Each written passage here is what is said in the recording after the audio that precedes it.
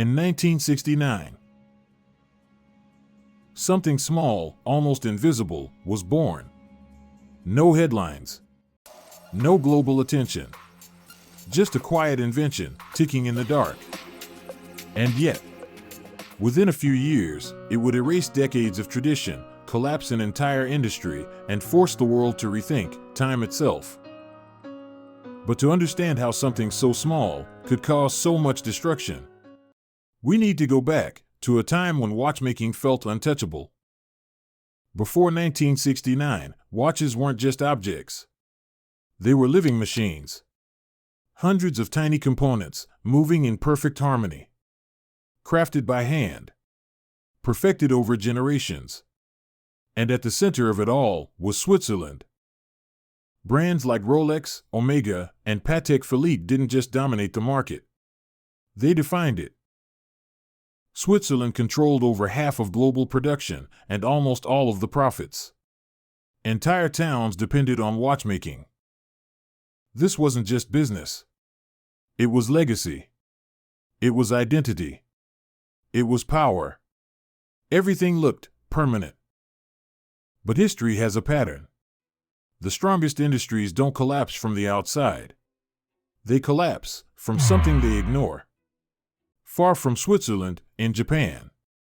Inside Seiko, engineers were asking a dangerous question: what if we remove the soul of the watch and replace it with something more precise? Not gears, not springs, but electricity. And at the center of it, a tiny crystal, quartz. When powered, it vibrates at a perfectly stable frequency. More stable than any mechanical system could ever be. It didn't just measure time. It redefined it. At first, no one was worried.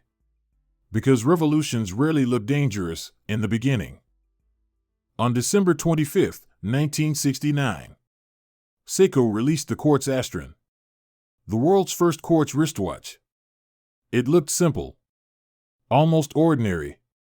But what it could do was anything but ordinary. Mechanical watches could drift seconds every day. The Astron? Just a few seconds per month. Not better. Different.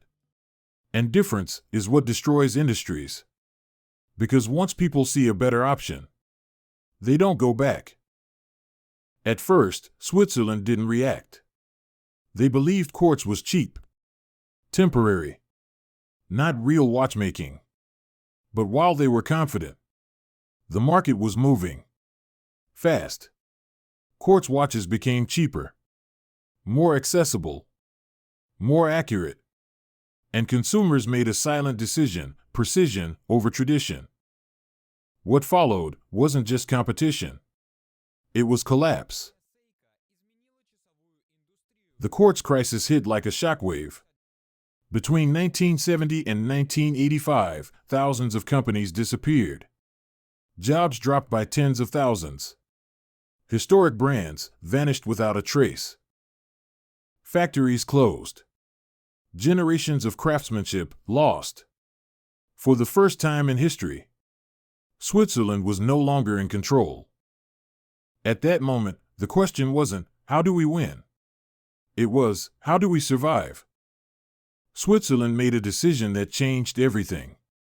Instead of fighting quartz on price, they changed the meaning of a watch. A watch was no longer just a tool. It became emotion, identity, status.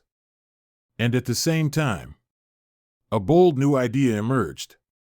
Simple, affordable, stylish. The Swatch. Created by Swatch Group. It embraced quartz, but added something Japan didn't focus on: personality. And suddenly, Switzerland was back in the game. But the real comeback didn't happen in the mass market. It happened in luxury. Brands like Rolex and Patek Philippe made a radical shift.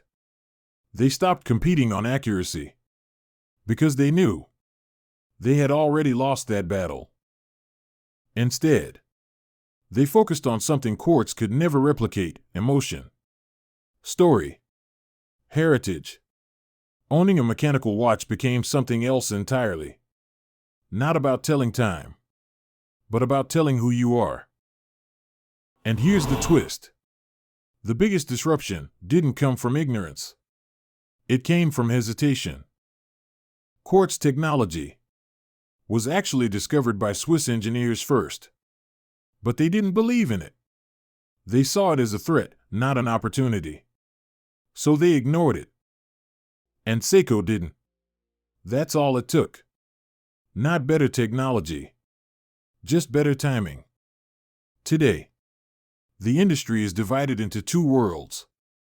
Quartz watches, precise, affordable, practical. Mechanical watches, complex, emotional, timeless. Two philosophies, one industry. Born from a single moment in 1969. So the next time you look at a watch, don't just see the time. See the revolution behind it. A moment when precision defeated tradition, innovation destroyed legacy, and an entire industry was forced to reinvent itself. All because of something so small. You could barely see it.